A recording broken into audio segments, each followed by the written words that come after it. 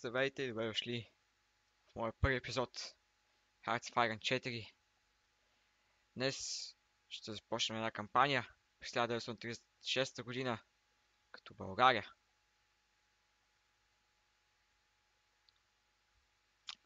Така, целта на тази кампания ще бъде, разбира се, първо ще трансферираме България в комунистическа държава и ще гледаме да се съюзим с Русия възможно най-рано. Първоначално смятам да презема Гърция. Това е заради ресурсите, които, както ви знаете, ако играете тази игра, в България са много малко. Като вижте, има само две алуминиум в София, но за сметка на това Гърция е пълна с различни материали и за това ще се опитаме да преземем. За новите хора в тази игра, която още не са започнали да играят и изобщо нямат идея какво е това. Това е симулатор, не симулатор, това е стратегическа игра, която се развива през Втората световна война и малко преди нея, ако изберете опция с 1936 година. И избирате си, може да изберете която искате държава и да започнете да играете като нея и да я развиете политически, индустриално и така нататък. Аз сигурно всичките ми 30 часа геймплей в тази игра, 28 от тях са с българската държава. И с това горе-долу знам какво правя. И за това ще започнем като National Focus с Industrial Effort, защото факторите в тази държава или фабриките са много малко и няма как да се произвеждат различни оръжия и така нататък. Затова ще вземем армията и ще асайнем този командир, който е генерал всъщност. Разликата между генерала и филдмаршал е, че филдмаршал може да има колкото се иска юнити в своята армия, но генерала може да има само 24. Това тук са опциите за ако отивате на война. Започвате с фронтлайн и пращате всички войници там. Разбира се, не може просто така да обявите война на някоя държава. Трябва първо да сте или фашистска или комунистическа държава и да трябва да пратите писмо или нещо такова. И това отнема към 125 дена, зависи какво искате да правите. Можете да пратите war goal за превземане, да кажем, на Тракия, което ще даде 125 гола, 125 дена, разбира се. И така, за това ще ги пуснем да тренират тези войници, за да са готови. Всяка държава има различни ресурс слотове, които ви помагат да разсрещате нови технологии, оръжия, танкове, кораби, самолети и така нататък, и индустрия и инженерство. В принцип аз винаги започвам с Electronic Mechanical Engineering, което намаля ресърч тайма с 2%. И понеже в България има само два ресърч слота, по-големите държави като Съветския съюз, Англия, така великите сили имат повече ресурс слотове, но ние като малка държава имаме само два, което е трагично. Жалост, и затова трябва да ги развием. Аз винаги започвам с това и Basic Machine Tools, което това увеличава Production Efficiency капа, което означава, че по-бързо ще се развиват нещата, ще се продусват оръжия, танкове и така нататък. За жалост аз още не мога да правя танкове, защото съм много назад с технологиите, но може би скоро ще успеем да се справим. Затова първо ще взема да ви трябва, когато на пауза на играта, веднага да започнат да се движат към границата с Гърция. Тук горе показват винаги неща, които са горе полезни. Това показва, че в момента нямаме ресурси, което означава, че ни липсват за продукцията на оръжия, support equipment и камиони. Липсва желязо, гума и нефт, което не е добре. И ние като, разбира се, държава без ето отново много ресурси, е хубаво да започнем да преземаме Гърция за ресурсите. Но ако искате да вземате ресурси без да започнете война, можете винаги да трейдвате, което използва цивилни фабрики. Аз имам само 13 фабрики, имам 4 цивилни и 3. Също имам повече от това. Имам 3 военни фабрики и към 10 цивилни. Цивилните се използват за строене на различни фабрики, нови. Ето, ако тръгнем тук, може да видите, че в различните райони, като в Пловдив и Бургас, може да се строят повече фабрики. Затова поначално винаги е добре да почнете с много, много цивилни фабрики, за да може да произвеждате и да требвате повече ресурси. Не да, не да произвеждате, да само да требвате. Тук можете да обучавате единици военни, като това тук е колко това е вашата сила, човешката ви сила.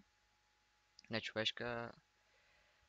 Това показва колко хора от населението ви може да обучавате като войници. И това, ако стане на нула, става много лошо, затова е хубаво и добре да това не се прави. Като малка държава с малка популация, ние нямаме толкова много. Но ако отидем тук, ето го нашия в момента факшен лидер, цар Борис III. Това тук, ето тук може да сменяте различните закони, които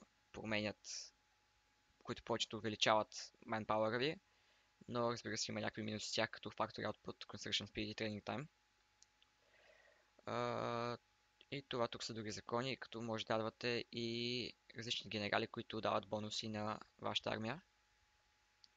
И това тук показва различните вярвания в нашата държава, като в момента най-разпространеното е цар Бориските лоялисти и заради това той е нашия лидер в момента. Както виждате, фашизма също е горе-долу доста, 35%.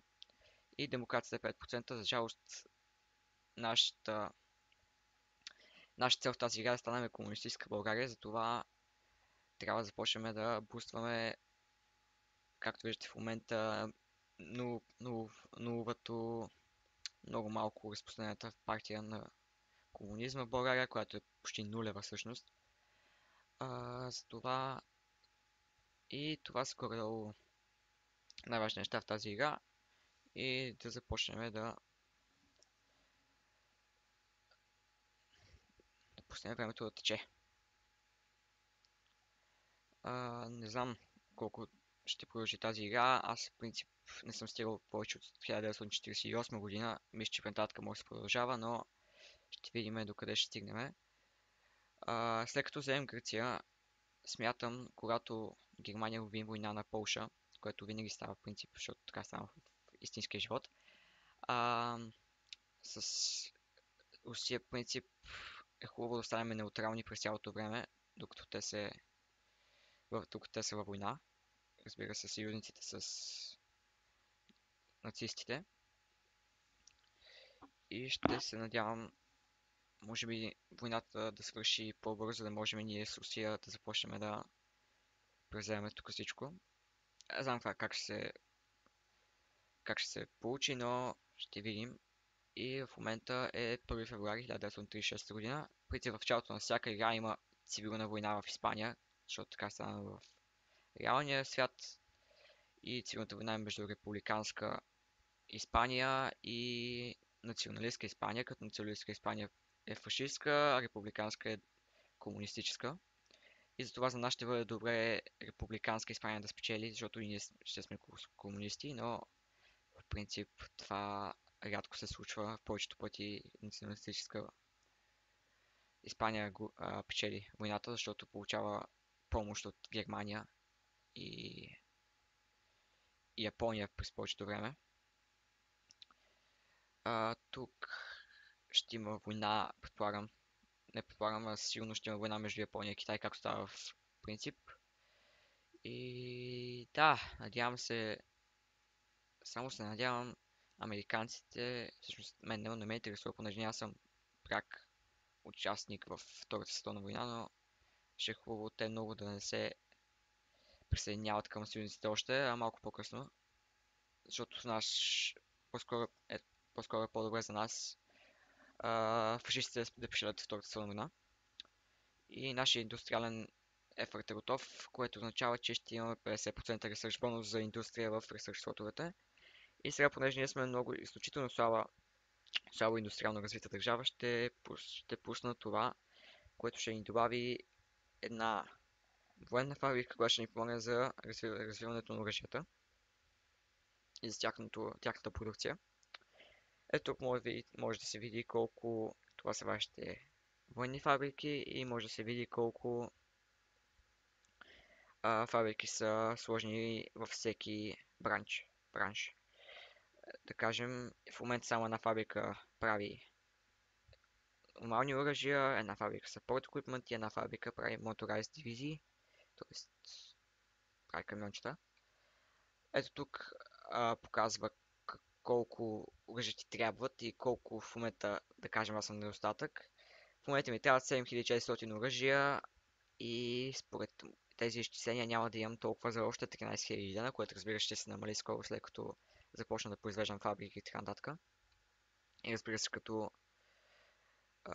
започвам да трейдвам айтеми, т.е. ресурси. И в момента виждам, че най-много ми липсва желязо. Затова ще отидем ето тук и ще започнем да трейдваме желязо с Съветския съюз, понеже ще бъдем така и така съюзници. Добре, още в трябва да почнем да се сближаваме. И това би трябвало да горе малко да свали тези дни. Да паузим играта. В момента не става нищо интересно. И за това ще бъде малко тъпо, но тази игра много трябва да се чака.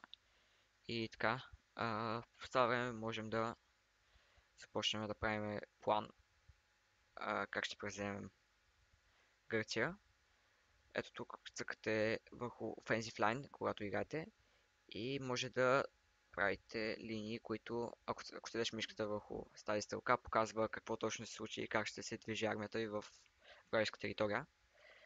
В момента първоначално ще преземат тук всичко и когато стигнат до тази точка ще спрат, тук да ни дам нова задача, но аз ще направя сега и затова след тук ще им кажа, тук малко подсаках, ще им кажа, всъщност това още няма го правя, затова сега така ще бъде, което в принцип е горе добре.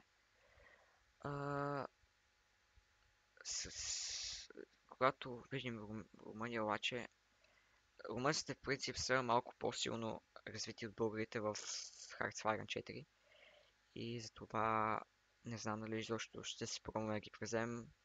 Може би това, че те имат граница с Съветския съюз може да ни помогне, защото ще трябва да водят война на два фронта, но не знам, може би малко по-късно. Югославия е втората ни цел след Гърция, защото Югославия не е чак толкова силна и мисля, че с българските войски може да я превземем. В момента чакаме ресърчовете и да стане нещо интересно в света. Като в момента нищо не става. Ако се чуете какво е това светещото червено тук, това е Райнланда. Не съм сигурен кога е. И ето тук виждаме, че цивилната война в Испания, гражданска война, е започнала и както виждате, жълтото е републиканска Испания, столица Мадрид. Тъмно-червеното е националистическа Испания, които са фашисти, с столица Зарагоса.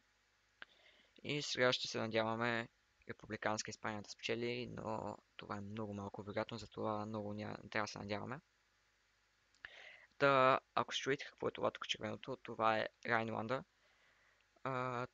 Не знам кога е, какво е всъщност сигурно някакъв договор сключен, но е прието тук войски да не се вкарват в тези две територии. Но мисля, че Германия много скоро има National Focus, който това ще го отвърли и ще може да сложи войските си тук и да подготви офанзивата срещу региона Бенелукс и така нататък. И след това, може би, сигурно, не може би, сигурно Франция ще бъде превзета от Германия. И аз сигурно ще трябва много да бързам. Ето тук сега имаме, това тук е политическата ви сила. Имате, което определя какво могат тук да слагате. Това тук имате три слота да слагате различни политици в правителството. Аз като човек, който иска да бъде комунист, ще сложи този, който ще вдигне комунизма и ще започне да расте. Ето виждате. А, тези двете имате избор да цъкнете едно от двете. Аз забелязах, че ако цъкнете горното, има по-голям шанс да няма гражданска война, защото винаги има шанс, когато променяте вашата идеология, винаги има шанс за гражданска война, но поне аз до сега не съм срещал такава, когато винаги цъкам горното, затова ще го цъкнем и сега, защото гражданска война не е много добре. В София имаме 48 файтера от Първата световна война, което изобщо не е добре, затова ще трябва да разсръчваме нови. Но сега ще ги пратиме да са готови за мисия в Гърция, когато започне войната. А, И мисля, че това ще бъде за това видео. Надявам се, че ви е харесало. Пишете в коментарите какви са вашите планове, какво според вас трябва да направя с България. И ще ви видя в следващото видео. Чао!